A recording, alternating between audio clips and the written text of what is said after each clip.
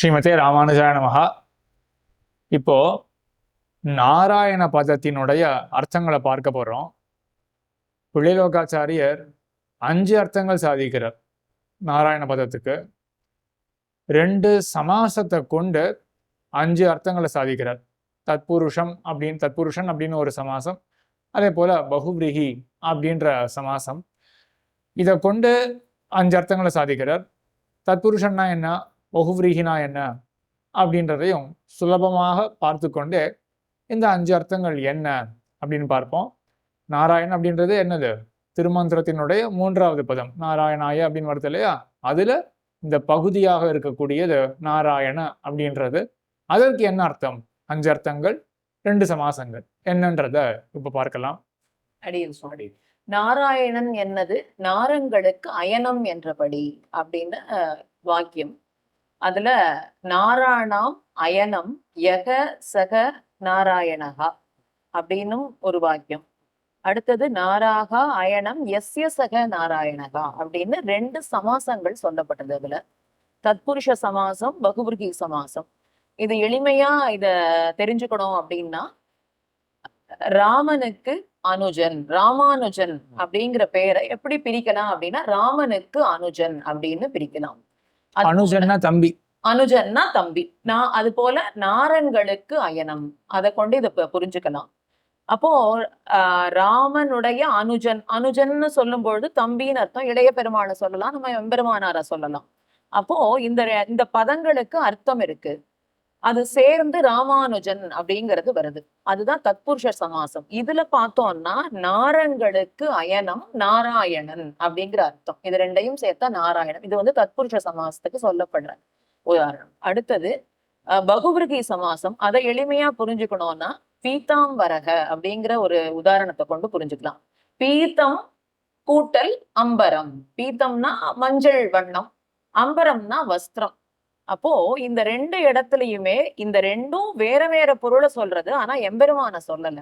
ஆனா இத கூட்டினா பீதாம்பரக அப்படிங்கிற பெயர் வரும்பொழுது அது அந்த மஞ்சள் வஸ்திரத்தை அணிந்த எம்பெருமான்கிற ஒரு அர்த்தத்தை கொடுக்கறது. இது வந்து பகுவிருகி சமாசம் அப்படின்னு நம்ம புரிஞ்சுக்கலாம். இப்படி நாராயண பதத்துல 2 சமாசங்கள் சொல்லப்படுறது அப்படின்னு பார்ப்போம். இதனாலே நாராயண பதத்தினுடைய தத்புருஷம் சொல்லணும்னா நாரங்களுக்கு அயனம், அயனம். பகுவிருகி சொல்லணும்னா அயனங்களுக்கு இருப்பிடம், அயனங்களை இருப்பிடமாக உடையவன். நாரங்களை அயனமாக உடையவன், நாரங்களை அயனமாக உடையவன் அப்படின்னு அயனம்னா என்ன அர்த்தம்? இருப்பிடம் அப்படின்னு அர்த்தம். அப்ப தத்புருஷ சமாசத்துல எப்படி பார்க்கணும்? நாரங்களுக்கு அயனம், அயனம்னா இருப்பிடம். நாரங்களுக்கு இருப்பிடம், இது தத்புருஷ சமாசத்தினுடைய அர்த்தம். பகுவிரிகில் என்ன வருது? நாரங்களை அயனமாக உடையவன் அப்படின்னு ஆயிடுறது இல்லையா? எப்படி பீதாம்பர அப்படின்னா பீதமான அம்பரத்தை உடையவன் அப்படின்னு பெருமாள் இடத்துல போய் முடியுமோ அது எம்பெருமான இடத்துல இந்த அர்த்தமானது முடியறது. ஆனா அதுல எம்பெருமான வியக்தமா சொல்லப்படல. நாரங்களை அயனமாக உடையவன் அப்படிங்கிறது தான் சொல்லப்படுறதுக்கு பகுவிருகில. இந்த 2 சமாசத்தின் மூலமாக பலித்தது 5 அர்த்தங்கள். இந்த 2 சமாசத்தால் பலித்தது முதல்ல பரத்துவ சௌலபியங்கள் அப்படின்னு 2 தான் சாதிக்கிறார். முதல்ல இந்த அர்த்தத்துல என்ன ஆகுது? இப்போ நாரங்களுக்கு அயனம். இப்ப அயனம்ன்ற சொல்லுக்கு என்ன அர்த்தம்னு பாக்குறோம்? இருப்பிடம் அப்படின்றத மட்டும் பார்க்கிறோம். அயனம் அப்படின்ற சொல்லுக்கு இருப்பிடம் அப்படின்ற அர்த்தத்தை வைத்து கொண்டோமே என்றால் அப்போ 2 அர்த்தங்கள் கிடைக்கும். பகுவிரிகினால ஒரு அர்த்தம், தத்புருஷனால ஒரு அர்த்தம். என்ன அர்த்தம் கிடைக்கிறது? அது வந்து அந்தர்யாமித்துவமும் பரத்துவ சௌலபியங்கள். இது பலித்தது பரத்துவ சௌலபியங்கள் முதல்ல அதுதானே. அப்ப பரத்துவம் எப்படி வருது? எந்த சமாசத்தால வருது பரத்துவம்ன்றது? பரத்துவம்ங்கிறது தத்புருஷ சமாசத்தால தான் வருது. இப்ப தத்புருஷ சமாசத்தினுடைய விவரண வாக்கியம் மறுபடியும் சொல்லுங்க. நாரங்களுக்கு அயனம் தானே. அப்ப அயனம்னா என்ன? இருப்பிடம். அப்ப நாரங்களுக்கு இருப்பிடம். நாரன்னா என்ன? நாரன்றது நித்திய வஸ்துக்களினுடைய திரள் பார்க்கிறோம். அப்போ மொத்த ஜகத்துன்னு வச்சுருவோங்க. பெருமாளை ஒழிய மத்த எல்லாமே நார அப்படின்ற பதத்துக்குள்ள அடக்கம். அப்ப எல்லாவற்றுக்கும் இவன் இருப்பிடமாக ஆதாரமாக இருக்கிறான் அப்படின்னா இப்ப என்ன குணம் தெரிய வருது? பரத்துவம். அதுதானே தெரிய வருது. அப்ப தத்புருஷ சமாசத்தை எடுத்துக்கொண்டோமே என்றால் நாரங்களுக்கு இருப்பிடம் அப்படின்னு சொன்னா எம்பெருமானுடைய பரத்துவம் தெரியறது. பகுவிரிகி எடுத்துக்கொண்டோமே என்றால் எம்பெருமானுடைய சௌலபியம் தெரிகிறது. தெரிகிறது. இப்போ பகுவிரிகை விளக்க வேணும்னா என்ன வாக்கியம் பயன்படுத்தலாம்? நாரங்களுக்கு ஆ, நாரங்களுக்கு அயனமாக இருப்பவன். அதுதான் தத்புருஷம் ஆயிடுமே. நாரங்களுக்கு அயனம். ஆ. நாரங்களை அயனமாக உடையவன். நாரங்களை அயனமாக உடையவன். பகுவிரிகை சமாசம் இல்லையா? சௌலபியம்னு ஆமா. எப்படி பலிக்கிறது? நாரங்களை அவன் இருப்பிடமாக கொண்டவனாக இருக்கான். அப்ப எல்லா பொருள்களுக்குள்ளேயும் அவன் உள்ளுரையாக இருக்கான், கிட்டவே சந்நிகிதனா இருக்கான் அப்படின்றது தெரியுது தானே. எல்லார் கண்ணும் காணும்படி இருக்கான் அப்படின்னு. கண் காணும்படின்னு சொல்ல முடியாது, உள்ளுக்குள்ள அந்தர்யாமியா தானே இருக்கான். ஆனா பக்கத்துல இருக்கான் இருக்கான் இல்லையா? அந்த சன்னிதானம் அப்படின்றது தெரியறது இல்லையா? ஆக அதுதான் சௌலபிய சூச்சகமாக இருக்கு. பரத்வம் அப்படிங்கிறது வந்து தன்னை ஒழிந்த எல்லா வஸ்துக்களுக்கும் அவன் ஆதாரமா இருக்கான் எம்பெருமான். அதுதான் பரத்வத்தை சொல்றது. அப்ப ரொம்ப மேன்மையானவன். ஏன்னா தன்னை ஒழிந்த அனைத்த வஸ்துக்களுக்கும் இவன் தான் ஆதாரம் சொல்லும் பொழுது எம்பெருமானுடைய பரத்வம் மேன்மை தெரியாது. அப்படி அது வந்து தத்புருஷ சமாசத்துல சொல்லப்படுறது. அப்படி ஒரு மேன்மை பொருந்தியவன் தன்னை வந்து ரொம்ப தாழ்த்திண்டு எல்லாருடைய மனசிலும் ரொம்ப அருகில இருக்கிற மாதிரி அந்தர்யாமியா உள்ள இருக்கான். அப்படிங்கும் போது எம்பெருமானுடைய சௌலபியம் தெரியாது. அதுல பகுவிருகை சமாசத்தினால சௌலபியம் காட்டப்படுகிறது. மனசுல மட்டும் வச்சுக்க வேண்டாம். இது இந்த ஸ்ரீகோஷத்துக்குள்ளயும் இருக்கான், இதுக்குள்ளயும் இருக்கான், எல்லாத்துக்குள்ளயும் பெருமான் சந்நிகிதனா இருக்கானே, பக்கத்திலேயே இருக்கானே. அதனால அவனுடைய சௌலபியம் தெரியறது அப்படிங்கிறது ரெண்டு இது பார்த்து இது வரைக்கும் ரெண்டு அர்த்தம் பார்த்திருக்கோம். பரத்வம், சௌலபியம் அப்படின்ற ரெண்டு அர்த்தங்கள் பார்த்திருக்கோம். இந்த அர்த்தங்கள்லாம் பார்க்கும்பொழுது நம்ம அயனம் அப்படின்ற சொல்லுக்கு என்ன அர்த்தம் வச்சுட்டு பார்த்திருக்கோம்? இருப்பிடம் அப்படின்ற அர்த்தத்தை வச்சுட்டு பார்த்திருக்கோம். ஆனா பிள்ளைலோகாச்சாரியர் மேற்கொண்டும் 3 அர்த்தங்களை தெரிவிக்கிறார். அது வந்து அந்தர்யாமித்வமும் உபாயத்துவமும் உபேயத்துவமும் ஆகவுமாம் அப்படின்னு சாதிக்கிறார். அந்தர்யாமினா எம்பெருமான் சகல சேதன வஸ்துக்களிலும் உள்ள இருந்துண்டு அந்தராத்மாவா இருந்துண்டு நியமிக்கிறவனா இருக்கான், நியந்தாவா இருக்கான் எம்பெருமான். அதனால அவனுடைய அந்தர்யாமித்துவத்தை இதுல சொல்ற. இந்த நாராயண அப்படின்ற சப்தத்துல இருந்து எப்படி கொண்டு வருது? அவன் அந்தர்யாமி அப்படின்றது எப்படி கொண்டு வருது? எல்லா வஸ்துக்களுக்கும் இருப்பிடமாக இருக்கிறான் சுவாமி. அது தத்புருஷன்ல பரத்வம் வந்துடும், எல்லாத்துக்கும் இருப்பிடமாக இருக்கான் அப்படின்னு. அந்தர்யாமித்தம் சொல்லும் பொழுது மறுபடியும் பகுவிரிகை தான் கொண்டு வரணும். நாரங்களை அயனமாக உடையவன். அயனம்னா இருப்பிடம் தானே. அப்ப இந்த புஸ்தகத்தையும் இருப்பிடமாக உடையவன். அப்ப இதுக்குள்ள இருக்கான்னு தானே அர்த்தம். அப்ப இதுக்கு அந்தர்யாமி தானே. ஆக அந்தர்யாமியா இருக்கிறதுனால அது பகுவிருகை சமாசத்துல தெரியறது. இந்த பகுவிரிகை சமாசத்தை எடுத்துக்கும் பொழுது இப்ப நம்ம அயனம்ன்ற சொல்லுக்கு என்ன அர்த்தம் வச்சுட்டு இருக்கோம்? இருப்பிடம் அப்படின்னு தான் வச்சுட்டு இருக்கோம். இருப்பிடம் அப்படின்னு தான் வச்சுட்டு இருக்கோம். இப்போ மேற்கொண்டு 2 அர்த்தமும் பார்க்கணும். அந்தர்யாமித்துவமும் உபாயத்துவமும் உபேயத்துவமும் ஆகவமாம் அப்படின்னு சாதிக்கிறார். உபாயத்துவம் எம்பெருமான் உபாயம் அப்படின்னு பார்க்கணும், எம்பெருமான் உபேயம் அப்படின்னு பார்க்கணும். இப்போ ஆனா அயனம்ன்ற சொல்லுக்கு வேற அர்த்தம். தத்புருஷ சமாசத்துல வந்து தத்புருஷ சமாசம் தான் வரப்போகுது. ஆனா நம்ம தத்புருஷ சமாசம் தான் முன்னே பார்த்திருக்கோமே, நாரங்களுக்கு அயனம் அப்படின்னு பார்த்தோம், பரத்துவம் பார்த்தோம். அப்போ அயனம் அப்படின்ற சொல்லிக்கு என்ன அர்த்தமாக இருந்தது? அதான் இருப்பிடம் அப்படின்னு பார்த்தோம் இல்லையா? ஆனா இப்போ உபாயம் அப்படின்ற அர்த்தத்தையும் தெரிவிக்கும் நாராயண பதம். அப்போ நான் அயனம் பதத்துக்கு என்ன அர்த்தமாக இருக்கும்? உபாயம் அப்படின்னே அர்த்தம் இருக்கும். இப்ப அயனம் அப்படின்ற சொல்லுக்கு எப்படி இருப்பிடம் அப்படின்னு அர்த்தமோ அது போல உபாயம் வரும், உபாயம் அப்படின்னு அர்த்தம் வரும். அதே போல உபேயம் அப்படின்ற அர்த்தமும் வரும். ரெண்டுமே அர்த்தம் வரும் இல்லையா? இப்போ நம்ம வந்து சமாசத்தை பார்த்தோம்னா என்ன வரணும்? என்ன சமாசம் வரணும்? தத்புருஷ சமாசம் தான் வரணும். அப்ப நாரங்களுக்கு அயனம் அப்படின்னா நாரங்களுக்கு உபாயம், அதே போல நாரங்களுக்கு அயனம் உபேயம். அப்போ எம்பெருமானுடைய உபாயத்துவமும் சித்திக்கிறது, உபேயத்துவமும் சித்திக்கிறது. எதனால் அடையப்படுகிறதோ அது உபாயம்.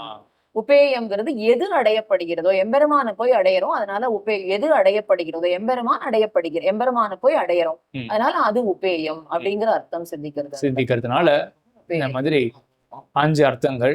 இதுல முக்கியமா ஆழமா நம்ம நோக்க வேண்டிய அர்த்தம் என்ன அப்படின்னா, அயனம்ன்ற சொல்லானது எப்படி உபாயத்தை தெரிவிக்கிறது, அயனம் அப்படின்ற சொல்லானது எப்படி உபேயத்தை தெரிவிக்கிறது அப்படின்றத ஆமணிகளே சாதிச்சிருக்காங்க. இது கொஞ்சம் கடினமான விஷயம். இதை வந்து இந்த மாதிரி எவ்வளோ விஷயங்கள் மாமனிகளுடைய ஸ்ரீசூக்திகள் இருக்கு, சம்பிரதாயத்தில் தெரிஞ்சுக்க வேண்டிய அர்த்தங்கள்லாம். இது வெறும் இப்போ இந்த டிஸ்கஷனை பார்த்து புரிஞ்சுக்க முடியாது. அவசியம் இந்த டிஸ்கஷனை பார்த்து சில பேருக்காவது ஒரு ஆசை வரலாம், மாமுனிகள் ஸ்ரீ சுக்தியை நல்லபடியாக கற்றுக்கணும், பூர்ணமாக அதிகரிக்கணும் அப்படின்னு. அப்படி ஆசை உள்ளவர்கள் தயக்கம் இல்லாமல் கண்டிப்பாக ஏதாவது ஒரு வித்வானை அண்டி இந்த முறையாகவே பங்கி காலக்ஷேபம் செய்து மாமுனிகளுடைய ஸ்ரீ சுக்திகளை எல்லாவற்றையும் பூர்ணமாக அனுபவிக்க வேண்டும் என்று பிரார்த்திக்கிறேன். இப்பொழுது அதுக்கு ஒரு முன்னோடியாக வெறும் இந்த அயனம் அப்படின்ற இந்த சப்தத்தினால எப்படி உபாயமும் உபேயமும் தெரிவிக்கப்படுறது அப்படின்றத ஒரு சின்ன ஒரு சற்றே நம்ம அந்த விஷயத்தை அனுபவிக்கலாம், பார்க்கலாம். எப்படி அயனம்ன்ற சொல்லால் உபாயம் தெரிவிக்கப்படுறது? எண்கதோ வந்தது. எண்கதோ அயகதோன்னு 2 தாதுக்கள். அதன் மூலமா நம்ம தெரிஞ்சுக்கலாம். எண்கதோ அப்படிங்கிறது இன் அப்படிங்கிறது வந்து அயகதவுல வந்து அயன்னு ஆரம்பிக்கிறது. அயங்கிற அந்த அயனத்துல இருந்து தான் வந்தது. அது அந்த தாத்துல இருந்து தான் அயனம் வந்தது. அதே மாதிரி இன்கதவுக்கும் வந்து அயன் தான் அர்த்தம். கதி அர்த்தம் இன் அப்படின்றது அயனம்ன்றத மாறும். ஆமா, இன் அப்படிங்கிறது எப்படி அயன்றது அயனம்னு மாறுமோ, இன் அப்படின்றது அயனம் அப்படின்றத மாறிடும், தாத்துல மாறிடும். கதவு அப்படின்னா கதி, கமனம், அடைதல் அப்படிங்கிற அர்த்தத்தை சொல்றது. இன்கதவு அப்படிங்கிறது கர்மணி வியுத்பத்தி அப்படிங்கிறத காண்பிக்கிறது. அயகதவுங்கிறது கரணே வியுத்பத்தி. அப்படி வச்சுக்கோங்க. 2 தாத்து இருக்கு, 2த்திலுமே வந்து கர்மணி வியுத்பத்தி எடுத்துக்கொண்டோமே என்றால் அப்போ அயனம்ன்ற சொல்லுக்கு என்ன அர்த்தமாகும்? அர்த்தமாகும். கர்மணி வியுத்பத்தியில கர்மணி வியுத்பத்தியில உபாயம்னா என்ன அர்த்தம்? வழி. அது நீங்க இன்னும் இதுவாகவே சொன்னீங்களே, விளக்கமாவே சொன்னீங்களே, ஒரு டெஃபினிஷன் கொடுத்தீங்களே. உபாயம் அப்படின்றது எதனால் அடையப்படுகிறது? அது உபாயம். அப்ப எதனால் அப்படின்றது அது கரணமா இல்லாட்டி கர்மமா? கர்மம் இல்லையே. எதனால்? கருவி இல்லையா? கருவி எந்த கருவியின் மூலமாக அடைகிறோம் அப்படின்றது தானே. அப்போ அந்த அதனால் அப்படின்றது என்ன? கரணத்தை காண்பிக்கிறது. இப்போ இந்த அயகதவா இருக்கட்டும் இல்லாட்டி எண் கதவாக இருக்கட்டும், இது வந்து கரணை விற்பத்தியை கொண்டோமே என்றால் அப்போ இந்த அயனம் அப்படின்ற சொல்லானது எதை காட்டும்? வழி. வழியை உபாயத்தை காமிக்கிறது. இதுவே கர்மணி விற்பத்தியை கொண்டோமே என்றால் என்ன காட்டும்? அடையப்படும் பொருள் தானே. ஆமா, அது என்னது? அடையப்படும் வஸ்து என்னது? அது கரெக்ட். நம்ம இந்த உபாயம் உபேயம் அப்படின்ற கான்டெக்ஸ்ட்ல உபேயம் இல்லையா? ஆக இங்க அந்த அயனம் அப்படின்ற சொல்லு பிரிச்சு பார்க்கணும். அய அப்படின்னு ஒரு தாத்து இல்லாட்டி ஈன் அப்படின்ற தாத்து, அது கூட்டல் இன்னொரு பிரத்யேகத்தை சேர்க்கிறோம். அந்த சேர்த்தோமே என்றால் என்ன ஆகுது? அயன்றது அயனம்னு டிரான்ஸ்ஃபார்ம் ஆகுது, ஈன் அப்படின்றதும் அயனம் அப்படின்னு டிரான்ஸ்ஃபார்ம் ஆயிடும், மாறி போயிடும்.